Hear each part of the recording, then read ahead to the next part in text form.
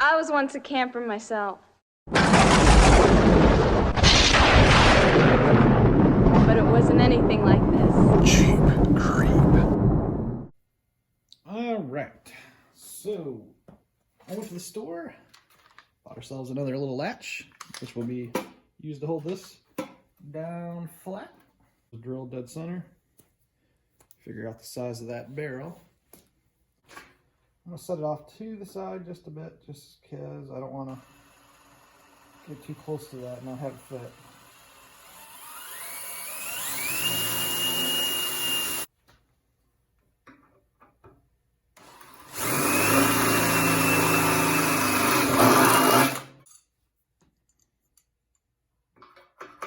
Perfect. Alright, there we go. So that holds that down in there, like that. Let's go ahead and drill out our rivet holes. I'm going to rivet that down. I'll go figure the rivets are the same size, so I'm going to need some washers or something.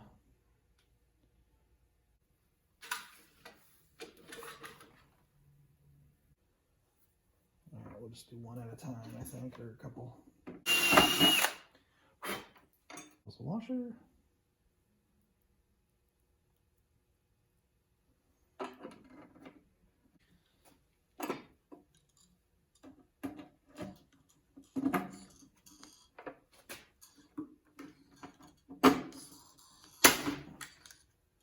This one in.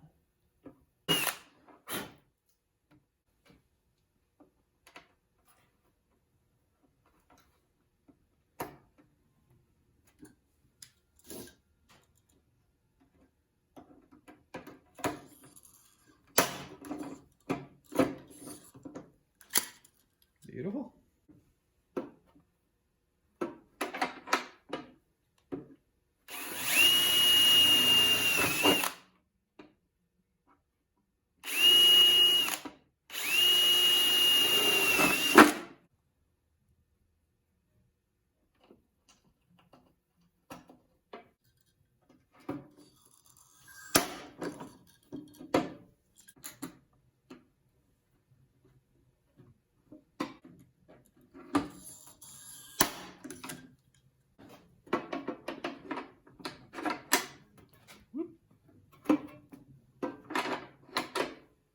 Nice little door close, but latch. Here we have a piece, leftover piece from one of our cutouts. I'm going to use this for an ash collector base, and I'll show you what we're doing. First, we're going to cut this piece out.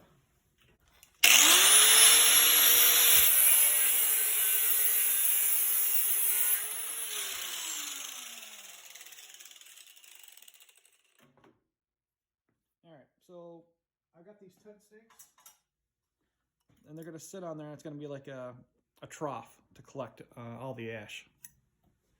So we need to make this fit first, which it does, but it doesn't fit through the door, so I need to shave it down just a little bit.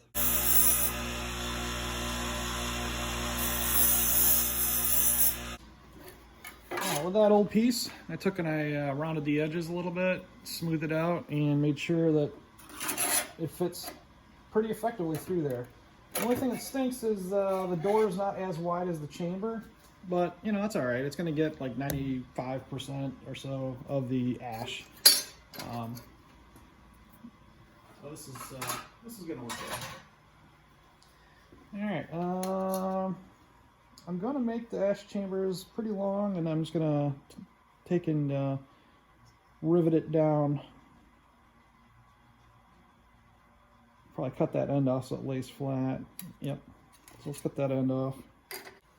And cut it off right at the roll, I guess.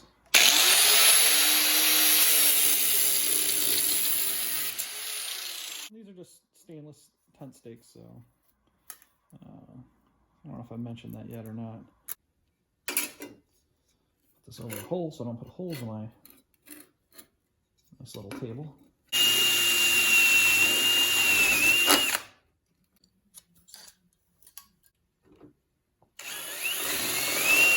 from the other side, and it can lay flat. Because the rivet didn't lay perfectly flat in the chamber, so.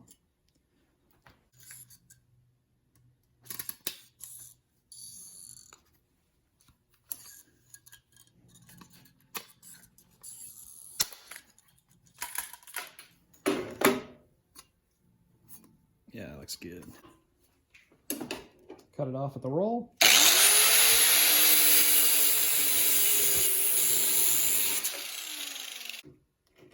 Right about there.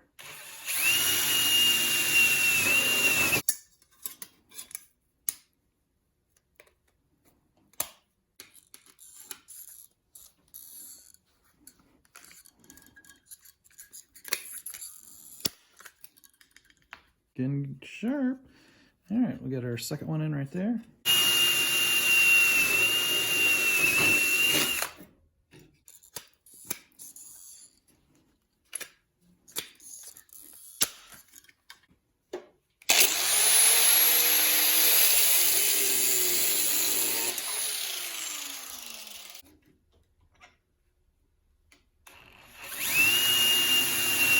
There we are.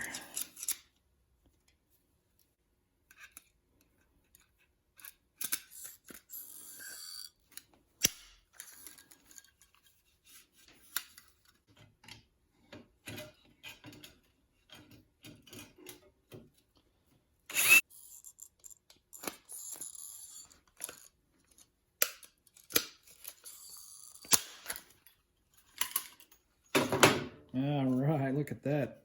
Cool. So, let's see how it fits.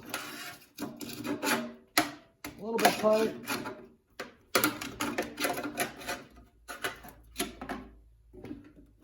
But yeah, that's going to do her. Now, there's no way you need it this long. You could trim these off. I'm going to leave it long just to see if any ash collects. And if I don't like it that long, guess what? I can trim it. I'm going to put a little handle though, like I said. So that needs to be pressed in there.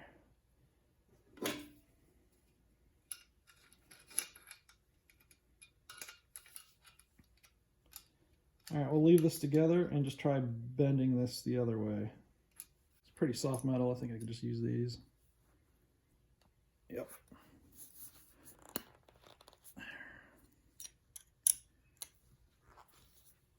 There we go. All right, got the King Kong grip on there.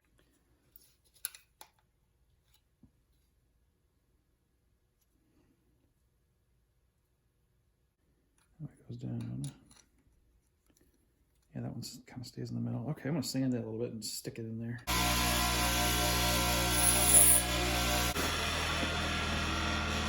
All right, sanded it down. It's starting to fit in. We don't want it too loose because we want it tight. There we go. Now we got ourselves a cool little handle. Won't be cool when you put it in there, but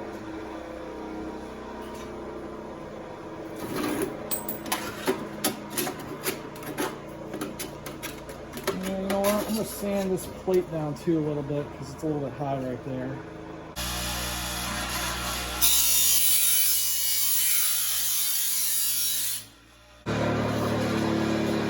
All right, sanded her down a little bit. Let's try it out. Oh, look at that. Doesn't catch at all now. There we go. Good. And then, actually, it's almost the length of the thing, so it's actually pretty good. Close the door. Perfect. Looking pretty snazzy. All right, now that we got that done, this is my exhaust tube, but I'm going to use this for an example. So the hopper is going to be a long tube like this, and what we need to do is ensure that no air can get in there, right? So I'm going to just take and get one of these short extension pieces like that, and I'm going to weld on this last piece around like that, and we'll make a cap, an airtight cap that we can put on there to keep the hopper nice and airtight. Okay, a few ugly welds. Blew a little bit of a hole in that. It's okay. I'm gonna go ahead and fill the rest out with JB Weld because that's kind of welding we do. Let's get that top plugged. So we're gonna use some more high heat JB Weld. Cut me off a little chunk. Yeah, if you guys never use this stuff, this is quickly becoming my favorite. All you do is get the two colors blended together real good.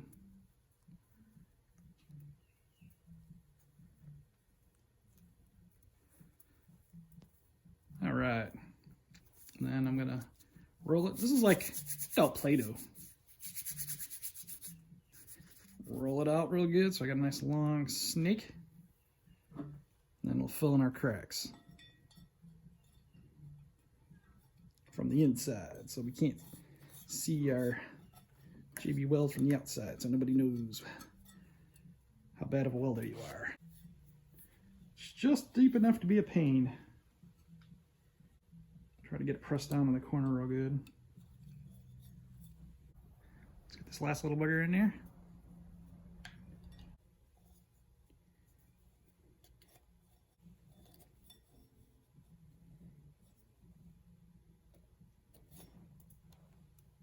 All right, look at that, nice and smooth.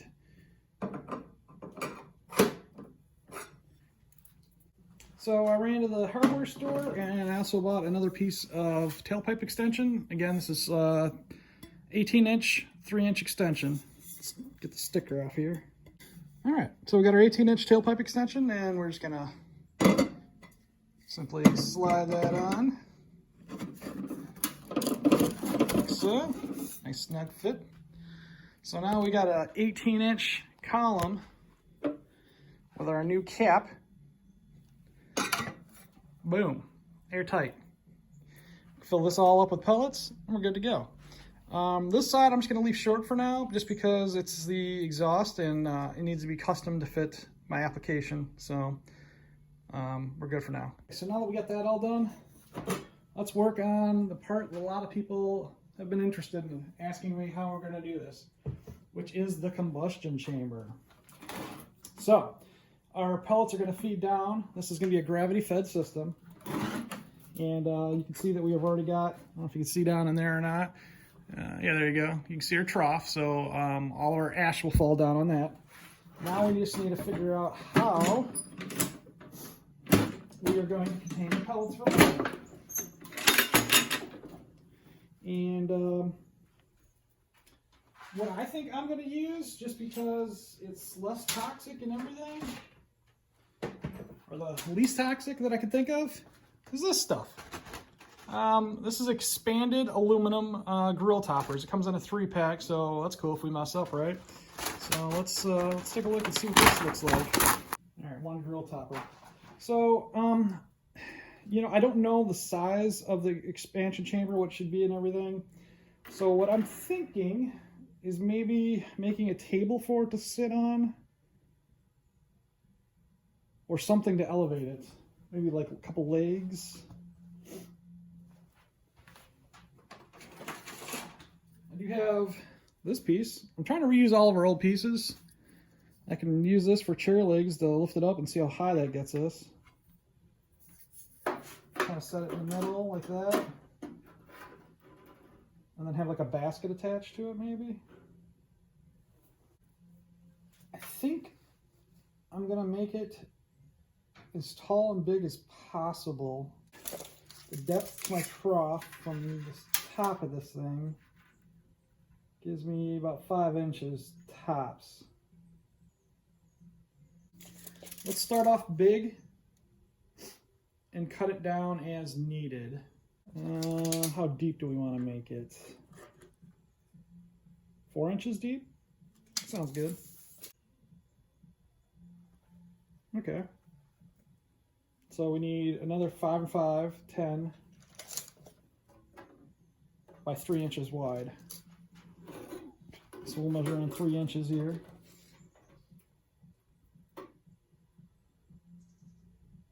Or 13 inches. Which this thing is just about. Holy crap. this thing is almost exactly the right size for this.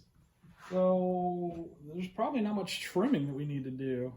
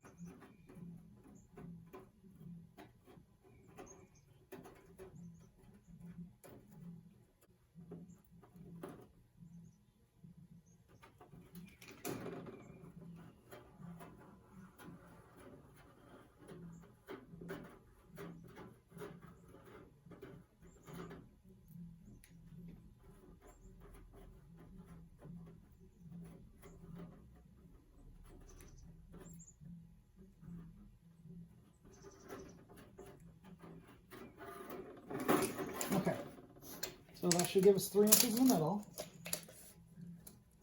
and it doesn't.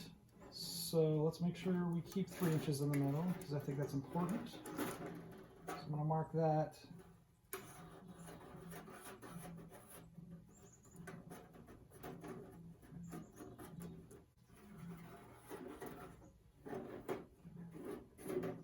So let's get our bends on here.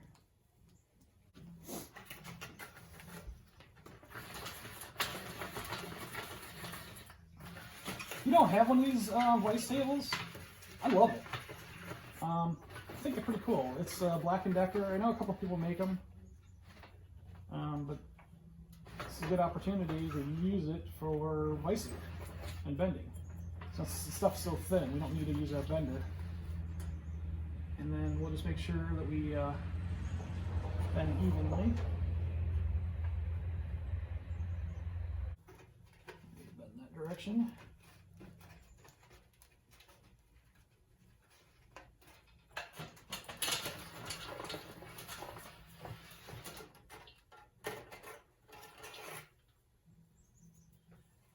Okay, good. Let's get our other measure again, just to make sure. 3 inches. Need to go a couple below that line. A couple of diamonds. Right about there. Okay.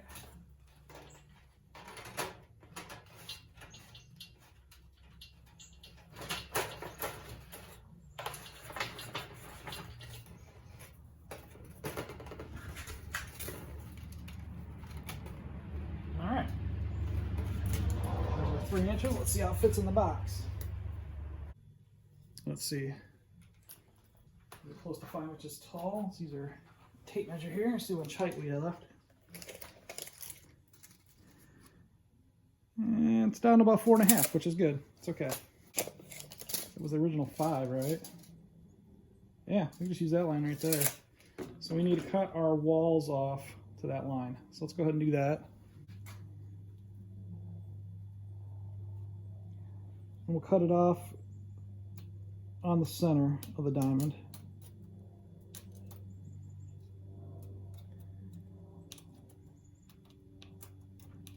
Or just off the center, doesn't matter. Just not in the center of the diamond because, you know.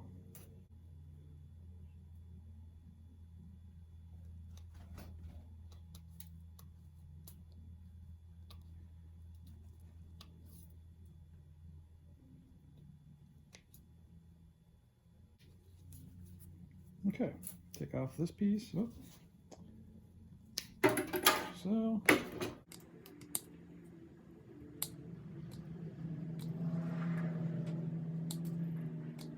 And cut down the center of the diamond, or just offset again.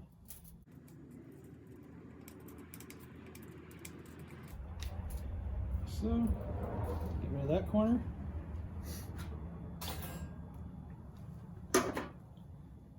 All right, now I got this. I'm gonna unfold that a little bit because I might be able to just overlap it to wrap it. And then bring this up. I'm gonna try to fold that even, so let's get a piece of steel to help us with that. Doesn't cover the whole thing, but helps a little bit. So I'll just hold it right where we want to fold it. So.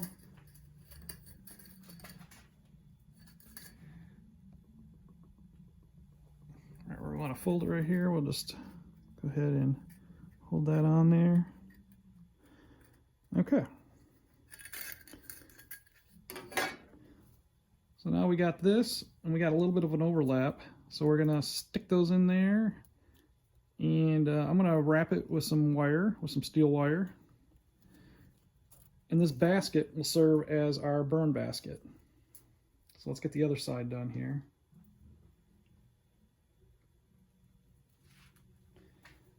Let's see the length too. We want to change the length, remember? Let's see.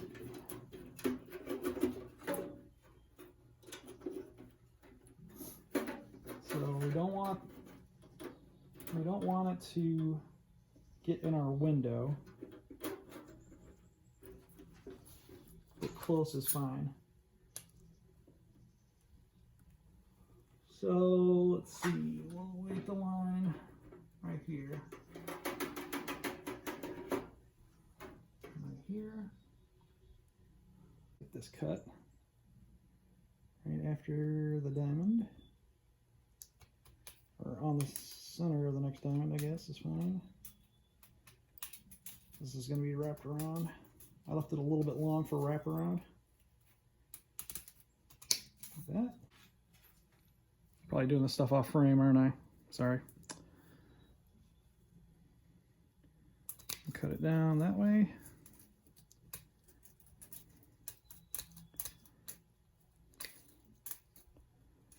That. This extra piece out of here. I'll leave it a little bit tall on this side. Cut it a little bit high so more wraparound, like that.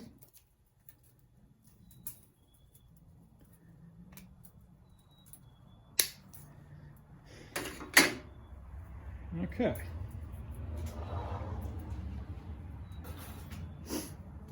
We'll fold this up. Use our piece of steel to try to get a good right angle.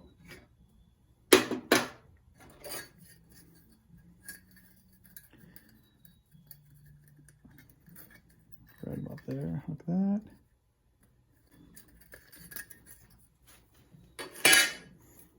All right, we got our basic box. Now we need to trim this off a little bit. I'm going to leave it a little long so I can fold it over. So right about there, like that.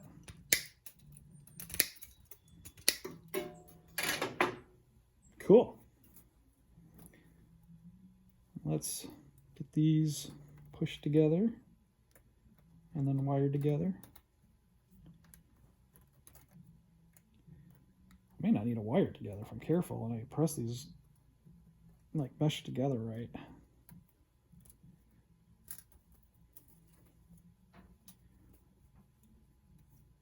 That's one cool thing about this stuff. It's like so thin and durable. I just hope it doesn't burn up. I mean, it is supposed to be for barbecue grills, right? Only time will tell if it burns the ash over time. If it does, then we'll improve it.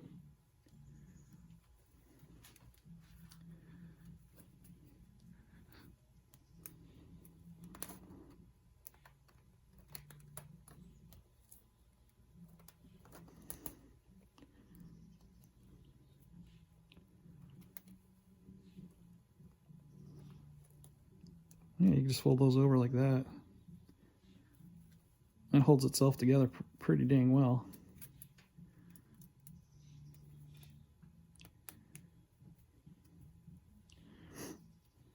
This is why I was kind of like thinking leave it a little bit long, right? Gives you a little bit of material to play with.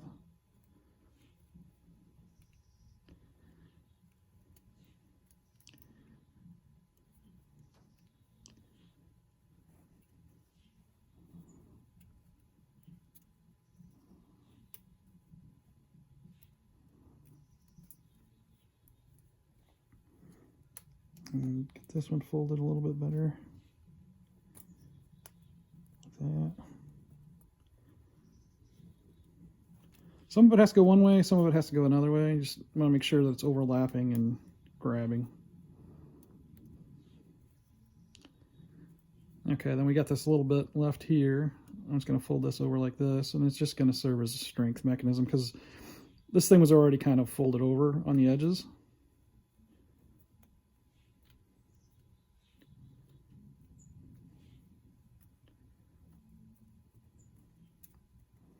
Yeah, see, that's the original one.